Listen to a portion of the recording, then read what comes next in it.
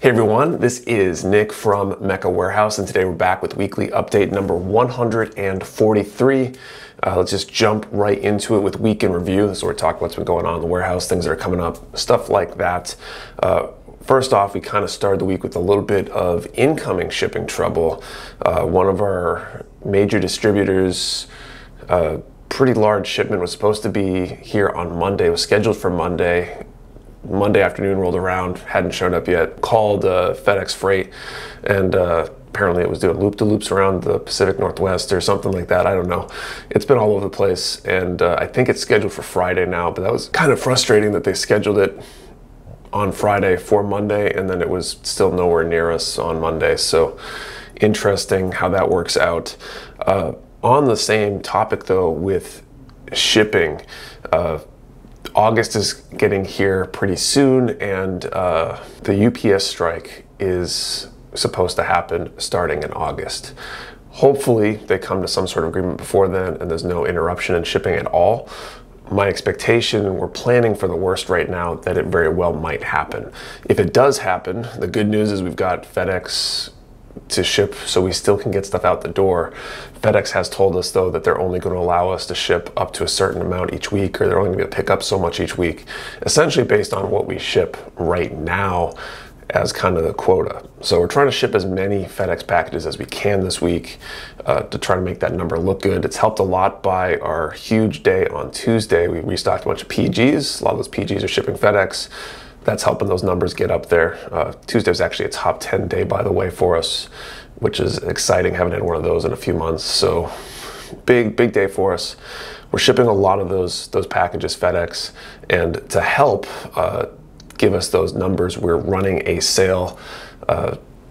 We started it Wednesday in the afternoon. Plan was to run it through Thursday. I think we're going to run it straight through the weekend though, and basically use code FedEx10 for $10 off an order of $100 or more, FedEx 25 for $25 off an order of $200 or more, and FedEx 40 for $40 off an order of $300 or more. So the discount gets better the bigger the order is. Bigger orders tend to bias towards FedEx. If you use standard shipping or FedEx, that means we can guarantee that we're going to ship it out FedEx, or do so if it makes sense, help those numbers out, which means we'll hopefully be able to get more orders out during the strike if it happens. If the strike does happen, we're still working out exactly how that will work. Do we still offer UPS and just let them pile up and they'll pick them all up when they come back from the strike? That's an option.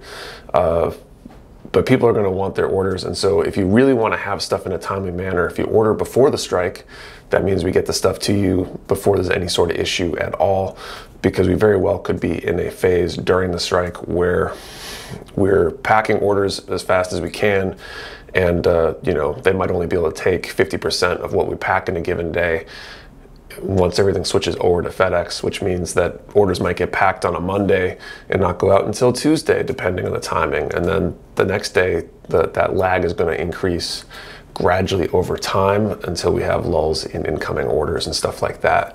And then hopefully eventually get caught up when the strike ends, because FedEx just doesn't have the capacity to handle all of their own business and all of what would traditionally be UPS's business at the same time.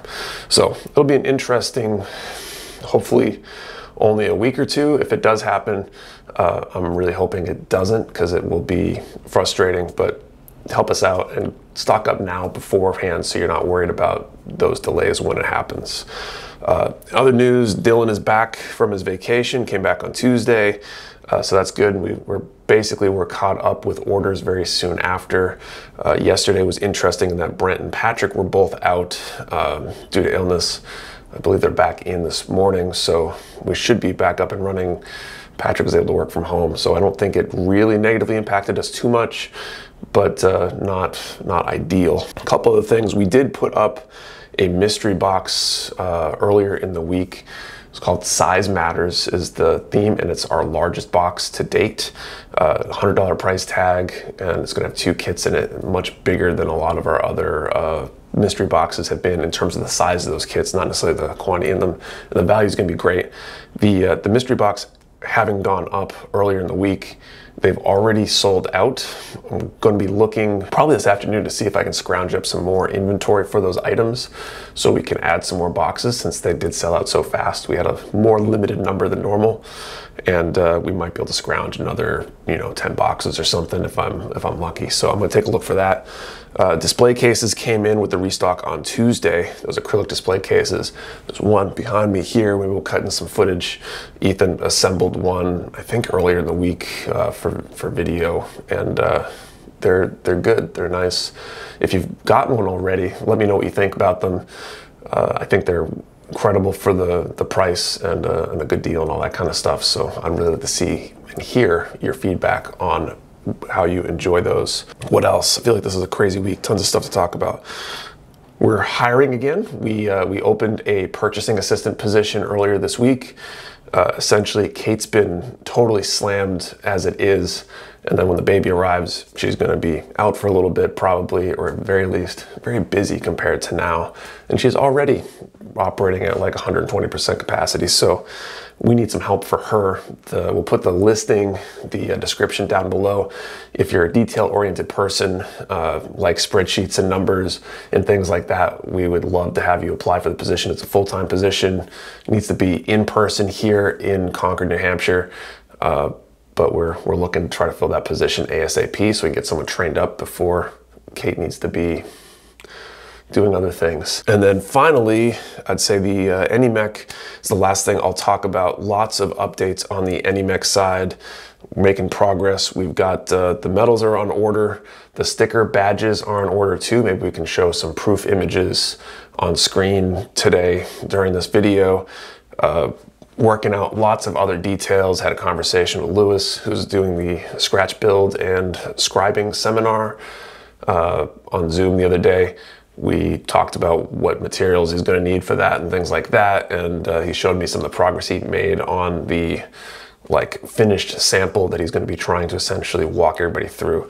It looks great, really cool. I think this is going to be really a highlight for the event. And just working through a ton of other details. Long conversations with Kate about how registration check-in is going to work, trying to figure out table rentals and other materials we'll need and all that kind of stuff. Lots and lots of loose ends to chase down. Spent a lot of time. I did also want to talk about the speed build contest. There are still tickets available for the speed build contest. So if you're interested after hearing this, definitely jump over on the website and pre-register and claim one of those spots. We're going to have a kit. Everybody's going to get the same kit, probably a simple high-grade 30-minute mission, something like that.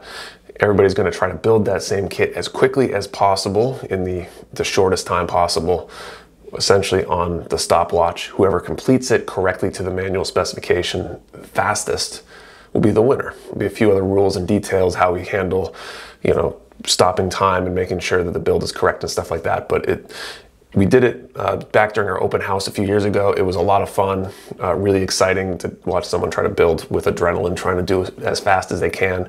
We'll have a really nice prize for the winner as well.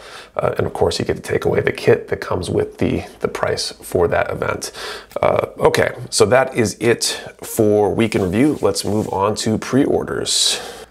We added 6 new pre-orders this week.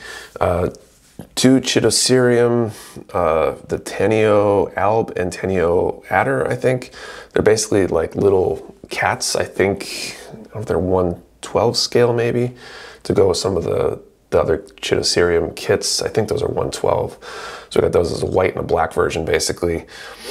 From Good Smile, those are from Good Smile. Also from Good Smile, Plomax MF14 minimum factory Cheryl, is it Nome?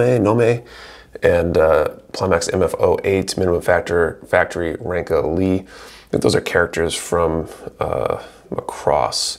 So I think that's what that's all about, basically girl kits. Also from Good Smile, the Motoroid Armed Mazenkaiser Go Valiant. So it's a Mazenkaiser variant, big wings, some big weapons on there, pretty cool looking. And from Aoshima, Aim for the Top Gunbuster, 1/1000 Gunbuster, Super Inazuma kick version. So it's another big super robot type design. Also worth checking out if you're into super robots. That's it for pre-orders this week. There's a chance there'll be some other pre-orders added on Friday. I'm not sure, I gotta double check the spreadsheet, but I think there's a few more that are ready to go up soon. So if you're into pre-orders, might be worth checking out to see if anything got added. That's it for pre-orders. Let's move on to team picks. So this is where members of the team show off builds they've worked on recently. Let's take a look. Brent here with Team Picks. This week I brought in the Flame Toys Red Ranger from the line of Power Rangers figures that they have. Really cool kit overall, huge Power Ranger fan. And it's a very layered build. It's got a full inner frame on with the armor parts going over it for the full Ranger look, which gives you a lot of cool articulation. Detail is very cool with all the pre-painted Ranger coins, emblems, and all the accessories that they give with you. With the kit. But overall, just really cool shelf presence to display for Power Rangers fans, and overall, if you just like the series of future generations too. Hi guys, I brought in the real grade Sosby. I built the high grade and the master grade before, and so I wanted to build the real grade to kind of round up the set. Some things that I noticed with the real grade Sosby is that size-wise it is closer to the high grade Sosby. However, all the features on the real grade Sosby are much more in line with the Verka kit. The Verka kit is definitely one of the more pricey kits out there, and so the real grade Sosby is probably a very good way of getting that kind of like articulation and gimmicks and features in a smaller, more affordable price point. It has more features than the high grade, not quite as much as the master grade. It's not as big as the master grade, but I think it's slightly bigger than the high grade. And it's got that 2 tones of red to make it stand out a little bit. It comes with sticker style decals, so while those aren't necessarily the best, you can always just go and get some water slide decals to upgrade it yourself and improve some of that visual quality to it. I would recommend this kit. It's got a really good shelf presence to it, very striking silhouettes. It's got awesome effect parts, and it gives you a lot of features and gimmicks that you can't get with a normal high grade kit. And it's basically like a small version of the Verka. Definitely recommend. Okay, so that was team picks. Let's move on to Q&A. So this is where I answer questions from you, the viewers. If you have a question you want answered, post it down in the comments below. I'll do my best to answer it next time. First up, plastic germs. Do you think the Gunpla community would survive without social media or be as big as it is today? Do you think social media is a bad or good thing for the Gunpla community? I think, to answer the first question, I think it has helped grow it, right? There's a lot of people that would otherwise be very insular in their building and wouldn't be connected to anybody else. I feel like in a non-social media age, I would probably have been the builder that bought a kit, built it at home, didn't know about the greater world of what is out there in terms of building, and would probably have been happy, but never realized what I was missing out on. I think social media does a good job at connecting people and showing you, what's outside of the 4 walls that you live in terms of your building and stuff like that. So I think that's helped it grow. There's no way it would have grown anywhere near as fast without it. I think that's true for a lot of things right now.